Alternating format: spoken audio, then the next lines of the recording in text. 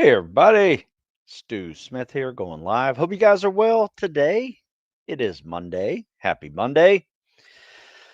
Let's get to talking. So, I have this article I'm working on. It's really more of a family fitness style article where, as parents, we have an obligation to our kids to introduce them to some form of physical activity, whatever that is, whether it's playing in the playground, doing martial arts, playing sports, whatever. Getting out of the house, getting off the video games. I will say this, every generation, has something that's drawing us away from physical activity. I mean, I will start with Gen X, our generation. Back in the 80s, I remember showing up at Bud's in early 90, like 91, and being called the MTV generation. All we did was sit around and watch music videos. We did watch music videos. We did go to arcades, and the start of video games at the house, with Atari sets and things like that. We played those, but it was not like it was something we did all the time. So I think a lot of generations get stereotyped into these lazy outcomes, and it's once again, it's a stereotype. It's not everybody. I'm never going to be one of those old guys that says, the younger generation is soft, because I don't see it. Every morning I wake up and I am working out with 20 or so folks that are in various stages of their preparation to go serve, and we just get new faces and new people every time. And the neat thing about it, I always say, it's the same conversations I had when I was a kid getting ready to serve. And they're just everybody's different face. It's just a different face, same person, different face. But anyway, I'm talking about starting early and never quitting. What does that look like? Well, you got to start early. Like, your workouts, physical activity need to occur. And as parents of younger kids, or just as a coach to younger kids, we need to be proactive in helping them. Not everybody knows how to work out. If you're outside playing, hey, that's the first step. After that, you get a little older and playgrounds aren't cool anymore, so need to figure out what's next. And that evolution usually turns into, maybe skateboards or biking all over the town, or, finding a weight room and starting to lift weights in your early teens. That's what it should look like. And we, as adults, should definitely um, push that. And something I like to do here locally in my own neighborhood is when I see, my friends and their kids, and they saw my kids growing up and working out in the playing basketball and lifting weights in our carport. And I was telling a couple of groups that, I miss it. And if you want to bring your kids over, we'll lift. And I got some 14-year-old kids coming over, and cranking out workouts in our parking lot, second generation doing it. And my son comes in and joins us sometimes, and um, it's just it's just good stuff. And we're teaching them the very basics of how to do this. And if you do it early enough, statistics show and studies show that if you do it early enough, you're going to have this physical activity habit for the rest of your life, and very little goes away.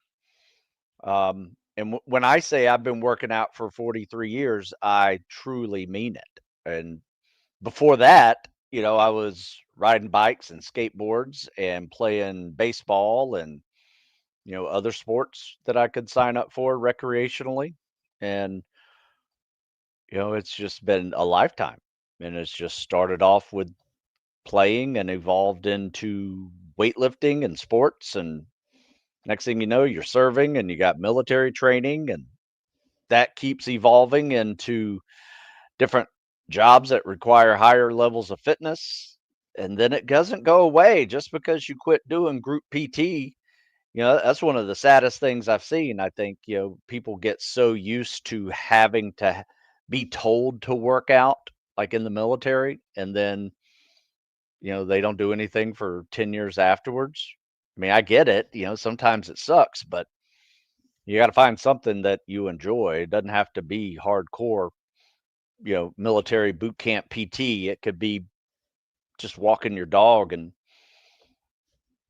stopping by a set of dumbbells every now and then.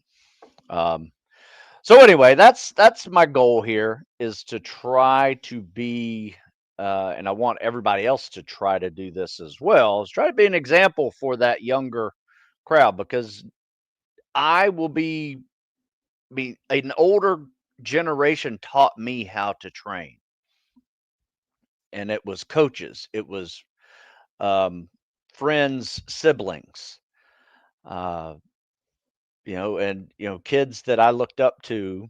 Um, I can think, dozen of them that guided me towards that way of just being physically active, and in turn it leads to optimal performance when you're young. It leads to longevity when you get older, healthier outcomes in your last decade on earth. I mean, that's where you want to be.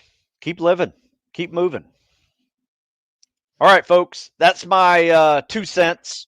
Once again, it's a little bit part of the never quit mindset. Whatever it is, don't quit doing it. Unless it's really bad for you, then you need to change your role and do something good for you, you know. But yeah, never quit, man. Never quit moving. That's the key. All right, let's see what kind of questions we have here. No comments over here on YouTube. Looks like Instagram, it's got a few. Um, should I bring swimming freestyle at all anymore for buds? Not sure what you mean by that. Can kind of figure it out. Or just all CSS and drop freestyle. Maybe it's be doing. Should I be doing freestyle at all? May have a couple of triathlons for myself until I go. No, I think freestyle is great. In fact, last night I was coaching midshipmen at the Naval Academy, and half of the work we did was freestyle. And we use freestyle as conditioning. And my goal was teaching the CSS. So I wanted them to get a conditioning component out of that workout. Plus, we focus on the techniques of the CSS. So we work out down and back real hard, freestyle. I don't really care what it looks like. As long as you're tired at the end of that freestyle because you suck at freestyle, or you're skip breathing, or you're sprinting, don't really care. I just want you winded. And then I want you to try to catch your breath with that CSS. And I'd spent probably 20, 30 minutes teaching this group how to do the CSS, and everybody kind of got the gist of it. Fine tuning some things, better kick, better pull, you know, turn, you know, take out the flutter kicks, just little nitpicky critiques after that, but they got the CSS down.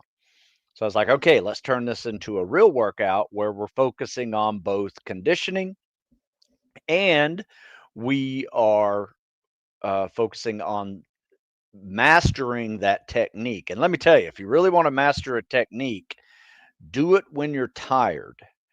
That's why that 50-50 swim workout works so well. And if you don't know what the 50-50 swim workout is, you got to check this out.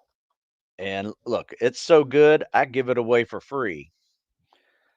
Um, so the 50-50 workout, it's an article here titled "The 50-50 Workout Crushed the Swim Test in Less Than a Month."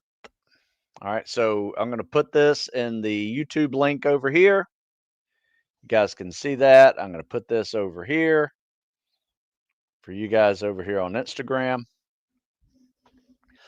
But yeah, check that out. It is half of it's freestyle, half of it's CSS. And it is a great way to get in swimming shape fast and master the technique, because you will learn the technique better when you are also winded.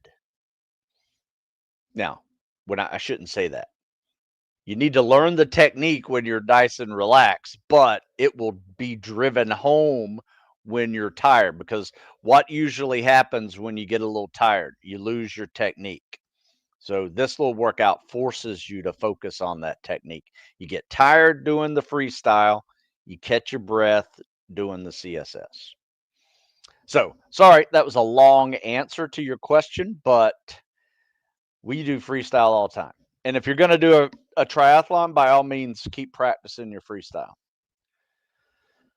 Let's see. Elias says, "Good morning, coach. Since I am running less because of injury, would it be wise to add bike pyramid in addition to your regular workouts and swimming?" Absolutely. In fact, I don't know if you've seen our bike workouts when you can't run. Let me see here. Bike workouts, Stu Smith. There's this protocol that's really good. The Hickson protocol bricks and other VO2 max increasers with half the impact. So you can see these bike workouts here in this article. Highly recommend checking these out. These are just classics from Tabata intervals. You know what those are? Most people do bike pyramids, 100-calorie burnout. This is a tough one. Basically, the way a 100-calorie burnout workout works is um, you go as how quickly can you get 100 calories on that bicycle or elliptical or rowing machine, whatever. And let me tell you, it turns into like you're sprinting a mile. So I always try to get it in the same amount of time as it would take me to run a mile or faster. And that's a good one. But yeah, check out the Hickson protocol as well. Really tough workouts in there that will set you up when you can't run. Um, it'll set you up with some good cardio workouts that I will tell you, you will get faster. Even though you're not running, you do these workouts 6 days a week, you will be faster when you start running again. I was. Thoughts on sending it to buds at 17 if you're able to smash the PST? No, I've seen a lot of 17-year-olds pass the PST and still didn't do well at buds because it's more than the PST. All right. It's 4-mile runs, it's 2-mile swims, it's load bearing under a boat, it's teamwork under a log. Um, it's your first time being away from home, and you're homesick and your girlfriend breaks up with you and you're being asked to perform at the highest level that you ever done. And when you show up there, you're going to look around and say, holy crap, they're grown ass men here. I'm not even finished growing yet. Don't even have armpit hair. Just joking. I don't know. A lot of people show up there and are still growing mentally and physically. It's a maturity issue, in my opinion.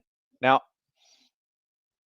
are there 17 and 18-year-olds that make it every class? Yes. But what they don't show you are the 17 and 18-year-olds that start every buds class. And that is an incredible number. Most people who show up there, and the biggest reason why we have attrition rates in the SEAL teams, or going through buds, I mean, so high, is because it's ill-prepared teenagers. Look, here's the deal. Yes, you can show up to buds at 17 years old. But you know what you can also do? You can show up at 29 years old. It's not this window that says, "Hey, I gotta show up to Buds right here. This is my window." You got this barn door. Show up. Don't be in a hurry.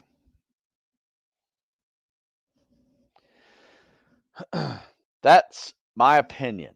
Now, like a-holes, everybody has an opinion. Everybody has one. Um, take it or leave it. Morning, coach. How do I work my way up to 60 to 80 push-ups? What we do is we just do bigger sets of push-ups. So you need some volume. You need some volume training. So we'll do like a pyramid on Monday, for instance, where we're focused on just ramping up until we fail and then turn around and come back down. Pull-ups, push-ups, sit-ups, you mix it all in there. And then do a leg day the next day. And then maybe on Wednesday or Thursday, it's up to you, add in a max rep set workout where once again, you've built up to 200, 300 push-ups, maybe 100 pull-ups, in that pyramid and this superset workout. And then do on Saturday what I call the max rep set. And this is the big one, especially for 60 to 80, 80 to 100 even, is try to get 200 to 300 push-ups in as few sets as possible. That means you are burning it out until you can't do a push-up anymore. Go run, go do some legs, go do something else, go do some pull-ups, active rest, and then come around and do it again and see, if you can do 200 push-ups in 3 sets, maybe 4 sets, right? But your first one's going to get big, your second one's going to get a little smaller. Hopefully, as you improve doing this week after week for about 5-6 weeks, you're going to see bigger sets being accomplished. That's what we do. It's all about volume, but it's also about sets. You don't want to do a whole bunch of sets of 40 to get 300 push-ups. You'd rather do pushing it to a maximum effort and almost failing, and get it in as few sets as possible. Another way we do it in the winter, whenever we do a lift cycle, which in fact we're doing it right now this week, is you do get body weight bench press, crank it out as many reps as you can. Let's say you get 10 on your body weight. That's pretty good. Double digits is usually our minimum standard. Some people get above 20. But right after you get that last one and you couldn't do another one, you drop off and get as many push-ups as you can. And you're going to see you might get 5 to 10 push-ups. What I'm trying to replicate there is that last 30 seconds of a 2-minute push-up test where things are falling apart, right? You got to stand in the up position and you crank out as many push-ups as you can until you start shaking and you can't move anymore. That's what that workout will replicate for you. Versus how many academics are in Buds? I'm not the smartest guy academically, at least, and I'm worried about the mathematics, etc. Yeah, dive mathematics is something you'll be doing dive math, which is really algebra. If you take algebra, you'll be fine. In high school, it's not that complex. The physics, you need to understand pressure and volume when it comes to dive physics. Like when you have a big thing of air here and you go down and that air gets smaller. The volume gets smaller because the pressure on the outside gets greater. Pressure, volume, pressure, volume. You need to understand those relationships, and that can be done just with high school algebra can help you figure that out. So yeah, practice that. And I'm sure you could look up dive physics questions or algebra with pressure, volume, temperature relationships. Um, that's about as complex as it gets. There's a lot of memory stuff too. Um, just regular nomenclature, procedures, all of those things need to be memorized as well. So there will be some studying. How many academics are at Buds? There's a lot of college grads that are at Buds, officers and enlisted, and doesn't necessarily mean they're an academic. I by no means would classify myself as an academic, even though I finished college, went to the Naval Academy, got some college afterwards. But I would not call myself an academic. Not many people would, I think, at Buds. I would say most of them are like scholar athletes, if that makes sense. There are some really sharp people. I mean, there's some Ivy League types, or some top 10 performers in a class, like valedictorians in college that are there. So there are some academics, don't get me wrong. They're very smart people. Um, but most of them would not what I would call book smart. They are street smart. They are experience, life smart. And that's why that's another reason why I say most 17-year-olds aren't. Some are. Some grew up hard, had to grow up real quick on the streets. That's a different level of smarts, and a different level of toughness as well. So, yeah, that's a good one. Good question. Hey, what makes the thing that makes guys 17, 18 make it? Hmm, good question. Just hard childhood, but don't 22-year-old guys have hard childhood too, but DOR? It's always fascinated me. You know what? All of that doesn't matter. What really comes down to it is truly how bad do you want it? And you really don't know that answer until you're in it. And that's the problem, right? You're going to be cold and wet and miserable and hungry, and you look at your watch and you think, I don't think this is going to end anytime soon. And I got to be up again 4 hours from now to start the next day, right? The day turns into dark, and you're like, you're not even in hell week yet. Um, it forces you to wake up in the morning and ask yourself, do I really want to do this? You know, you got to have a good answer to that. And a lot of times the 17, 18-year-old brain is not come close to developing, right? In fact, recent studies have said the male brain does not fully mature until 25. Let that sink in. But I will tell you this, I was a different person from 17, 18-year-old Stu than I was 22 post college Stu. Completely different. Whether that was maturity wise, um, physical physical fitness, so much different and better because I learned how to train for what I was doing. I wasn't training to be an athlete. Um, would not have made it at 17, 18 years old. I know that for a fact. And I worked out a lot all the time, but I didn't work out the way a spec ops candidate would. And most 17, 18-year-olds haven't had the experience to do that. All right, let's see what we got here. Um,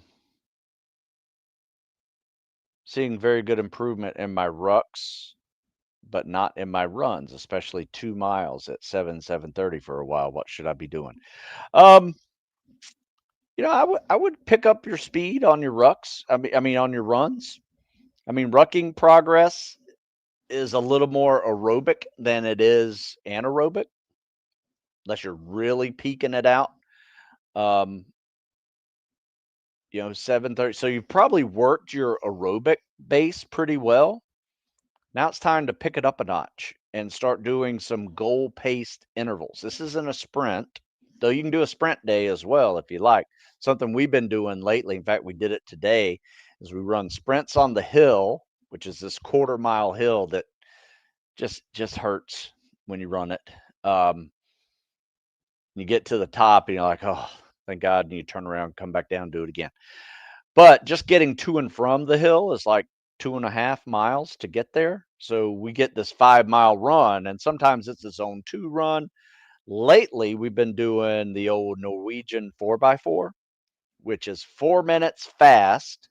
And it really is near fast as you can maintain a certain pace with a heart rate of like 90% of your max heart rate. So you're going to feel it. You're going to feel it to a point where it's a little bit past that threshold, right? That lactate threshold mark. You're pushing into it. Your legs get heavy. It slows you down a little bit, but you're pushing for 4 minutes. And then you nice and easy for 3 minutes. You do that 4 times. We'll usually do that on the last hill up, and we start heading back to where we started. And we usually get in at least 3, sometimes 4 in that 4x4 protocol. But yeah, check out the Norwegian 4x4. That might be perfect for your 2 mile timed run. Or just do half-mile repeats at 135. I don't know, sorry, 310. If you do a 3 minute 10-second half-mile repeat, that's a 6:30 pace.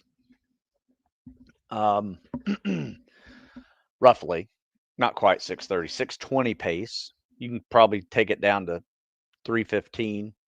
Yeah, be 3:15 for that half mile, be a 6:30 mile. And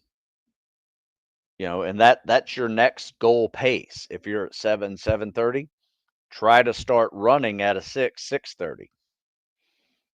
All your run workouts for that day need to be at your future pace that you want.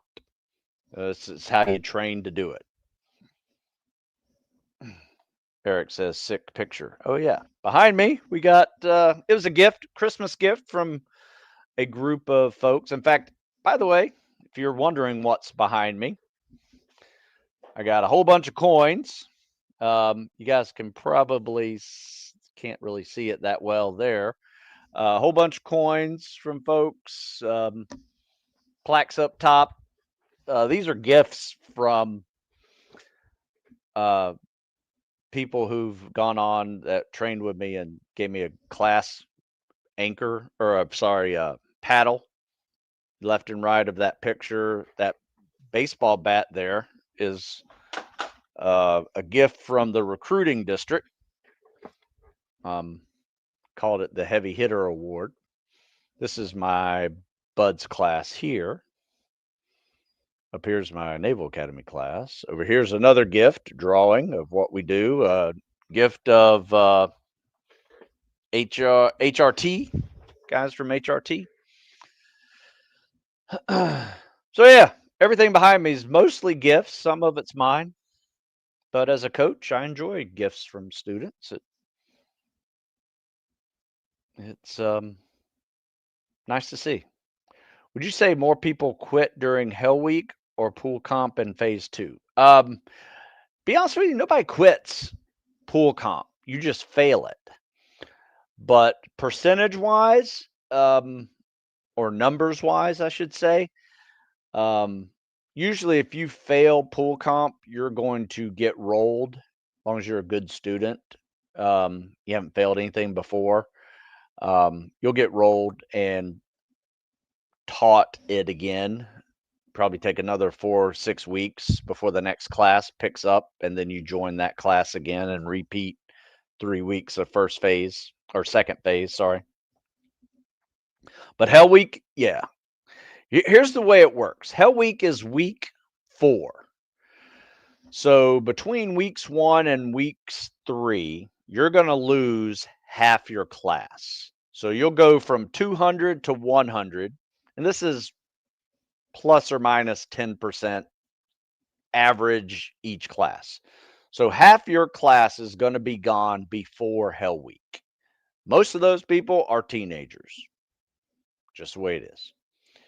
Then you go to Hell Week, and now you're at 100, let's say, maybe 75, some classes or less. You're going to lose half during Hell Week. So now you're down to less than 50. Usually it's in the 30s, I would say.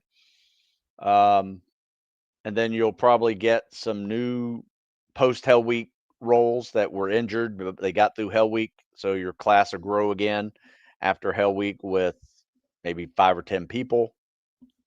But yeah, that's you lose a lot in those first 4 weeks. I would say you lose 60 to 70% of your class in 4 weeks. After that, it's it's minimal. Still, you lose people, but it is minimal. Let's see. Any basic tips on ocean swimming coming from pool, occasionally lake swimming? Um, yeah. Um, Try to swim straight. And usually what we do is we'll look up every 5 to 10 strokes just to make sure we're not veering off because it happens. A current may push you, or you just may, what I call swimming like a banana. Your shoulders are guiding you over to the left, or you have one leg that's more powerful than the other. And so it's like a one legged duck. You're just veering off. Um, but I had some open water articles in here, open water swim articles, and I explain the whole guiding and dealing with currents and waves and things like that. Let me see if I can find it. No, that's not it. I had a, hey, here we go. This will work. All right, check out this article. It's over on military.com. I write for them as well. You guys will see this. I think I have another one called Swimming Straight, Open Water, Stu Smith. By the way, I'm just putting my name in the Google machine, and that is what is coming up. A whole bunch of stuff for swimming straight, open water. There's a video on it as well. Um, yeah, in fact, I did a live Q&A probably a year and a half ago um, on that topic, introductory topic. So articles, videos, I got a ton of them. Just use the Google. All right. Do you have any particular rhythm when swimming with fans? Yes. In fact, if you watch any of my videos, when people have swims on it, I walk you through it.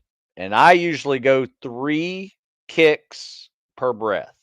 So 1, 2, 3, pull your arms to breathe. 1, 2, 3, pull your arms to breathe. So you just said 4 strokes between breaths. That's good too, but I find 3 is a little more sustainable for a faster pace that you want, because you want about a yard per second pace. Because if you can do a 500 in roughly 8 minutes, 1,016, 2,032, 4,064 to 70, you're right in the zone, because you got in your first phase, you got to 85 minutes. So if you can play around with sub 70 when you show up, regardless of how you're swimming straight or not, you'll still be within standard. And you'll get better every week about swimming straighter. That's for sure. All right. How are we looking over here? Looks like I got a few more questions. I've been working towards my PST run and swim in the nines, 115 push-ups, 78 sit-ups, 22 pull-ups, trying to get those sit-ups to match the sub 8s for both. I think you're fine. Um, You don't necessarily need sub 8:30s for both, but that's a good standard. I usually try to get everybody, if you add it up, your run and swim time, it is below 17 minutes. So that means one's a 9, one's an 8. 8-minute swim, 9-minute run. 8:30, 8:30, that's good too. Every now and then we'll get people who break 16, sub 8 on both. But yeah, you're in a good zone.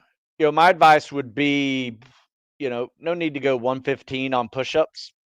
Go 100, right? And save some for your sit-ups. And next thing you know, you're probably in the 80s or even 90s. With your sit-ups. So pace yourself on that. And sit-ups is all about pacing. My advice is this on the sit-ups, if you want, let's say you want 80 plus, okay? So if you go 20 in the first 30 seconds, multiply that by 4, in a minute you're at 40, 2 minutes you're at 80. Okay, so now a little bit faster. 22 to 25 is going to get you that 88 to 100 zone in the first 30 seconds. Where most people screw up is they start off way too fast. They're at like 35 in 30 seconds. Cranking out sit-ups is real easy for the first 30 seconds. After that, most people can't hang with that pace and they just get slower and slower and slower. It's kind of like if you're running a mile and you decide to sprint that first lap, and break 60 seconds, chances are, unless you're a 4-minute miler, you're not going to get faster or maintain that pace for 3 more laps. You're going to get significantly slower each lap. Same way with every 30 seconds of a sit-up test. Pace it. 22 to 25 every 30 seconds will get you 88 to 100 in 2 minutes. Hey, Stu, every time I start getting into my runs for SFAS training, I'm dealing with shin splints in my right leg only. Any advice? I don't know. It could be a gait issue, could be shoes, could be the way you're running. You might be overstriding and heel tapping hard on that right leg. I don't know. It's just so many things it could be. You could be new to running and you're going too far outside your progression. My advice is slow it down a little bit. See if you can shorten your stride a little. Be more of a midfoot strike if you're heel striking. Get a new pair of shoes. That will help. And maybe try to get some of your runs, if not all of your runs, on softer ground. If you can avoid concrete and asphalt, do so. Dirt roads, trails, track, rubberized turf, grass fields.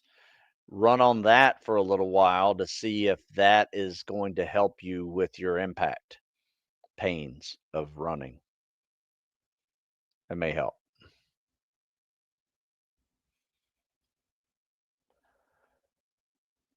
Justin. No problem, Justin. Thanks for asking. All right. Looks like I have answered all your questions. All right. Yeah. I think I'm done, boys. I do need to go. I have some stuff I need to do, finish this article I'm writing for military.com, and then get my day going. So I appreciate your time. You guys go check out Stu Smith Fitness. Email me, stu@stewsmith.com, if you got questions that you thought of immediately after I'm off this thing. And give me a little detail of what that question is, how it pertains to you, because I probably have written about it before and you'll find it, but it may not be specifically for you. Ask it. Happy to help you. All right. Sometimes your questions give me great ideas for articles. So I do appreciate you guys sending your questions in. All right. So you guys have a good one and go crush this week. I will see you tomorrow with a little live Q&A and CSS critique tomorrow. We'll see you.